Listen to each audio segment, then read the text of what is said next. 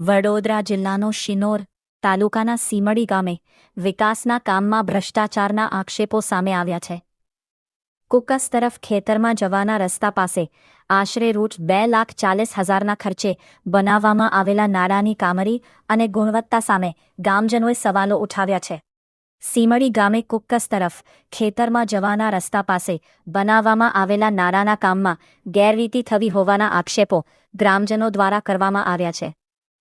ગ્રામજનોના જણાવ્યા મુજબ આશરે રૂ. 2,40,000ના ખર્ચે બનાવવામાં આવેલા નાળામાં યોગ્ય રીતે પ્રીસીસી અને કોન્ક્રીટનું કામ કરવામાં આવ્યું નથી અને કામની ગુણવત્તા પણ નબળી હોવાના આક્ષેપો ઉઠ્યા છે. વધુમાં ગ્રામજનોએ આક્ષેપ કર્યો છે કે નાળાની બિલકુલ બાજુમાં જ બીજું નાળું પણ બનાવવામાં આવ્યું છે. એક જ સ્થળે નજીક બે નાળા બનાવવાની જરૂરિયાત શું હતી તેમજ સરકારી નાળાનો યોગ્ય ઉપયોગ થયો હતો કે નહીં. વંદે વડોદરા ન્યૂઝ. નમસ્કાર. રાજુભાઈ, મેટરમાં એવું છે કે આ 2,40,000નું આ નારું બનાવ્યું છે જે ભ્રષ્ટાચારનું પૂરેપૂરું કોઈ પણ ધારાધોરણ મુજબ બનાવેલ નથી. એની પર કોઈ પીસીસી વર્ક કશું કરેલ નથી, આરસીસી કરેલ નથી. એવું ઘણું બાજુમાં બી નારું, એની બાજુમાં જ 2.5 લાખનું નારું બનાવે છે કે ખબર નહીં, જો કિંમત ખબર નહીં, પણ અને પ્રાઇવેટ માલિકી છે એવું કહેવું છે. બીજી એક વસ્તુ કે ઘણા દિવસ પહેલાં, આજથી 11 તારીખ પહેલાં મેં ડીડીઓ શ્રીને અરજી કરેલી કે ભાઈ મારા ગામ મોદેગામ સીમડી તાલુકો શિનોરમાં ભ્રષ્ટાચારના કામ થયેલા છે બધા, તો એની તપાસ કરી. આજ સુધી એ લોકો તપાસ કરવા બી નથી આવ્યા કોઈ નહીં.